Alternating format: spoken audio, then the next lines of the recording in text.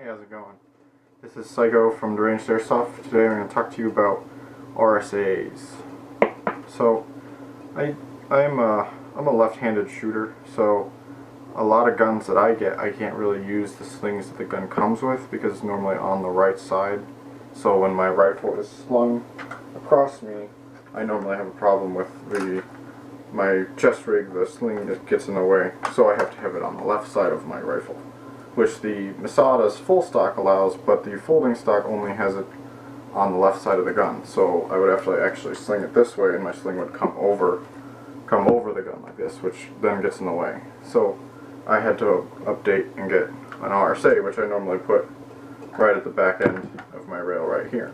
So I've purchased several RSAs, and the main problem that all of them seem to have, except for the legitimate Magpul one, is they strip. This is like an element. You can tell by the little marks on the sides of the Magpul emblem that it's obviously not a real Magpul RSA or even a PTS RSA. But when you thread them, the threads on this end are very small, so they end up stripping on you if you attach it to your gun multiple times, which I do because I always have to match exactly where it should be, and it takes me a little bit.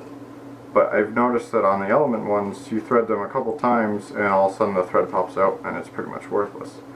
Just like this one. So I had to end up fixing it. So what I did was I bought another screw that's the same size as all these, that'll fit, and you thread it through one end.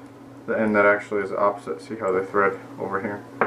You thread it through the end where the sling would actually attach to it, and then I just put a nut on the other end to tighten it down, just to make sure that it's not going anywhere. And it works really well. That way you don't have to worry about if it strips in the middle of the game. Your sling's not, RSA is not going to rip off your gun, and your gun's just going to snap in half as it hits the ground, which really is not something I want to have happen. So it's just an easy fix.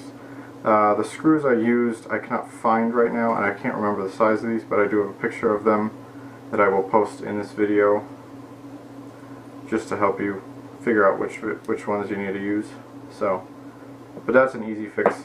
The way to tell from a real Magpul RSA versus the Elements or even a PTS, I don't have a PTS on me right now. The PTS RSAs are even smaller than all of these. This is the Magpul. This is the real Magpul RSA. As you can tell by the logo, there's nothing wrong with it. The logo is sharp, and it's a lot, if you could feel this, it's a lot thicker metal than these ones. And then the threading on this end is very thick. There's a lot of threads, which allows this to thread completely through without stripping. And on the Element versions, they have little dots, like 4 dots on the outside of the Magpul symbol, so they don't technically get in trouble. And then the PTS ones look pretty much exactly the same.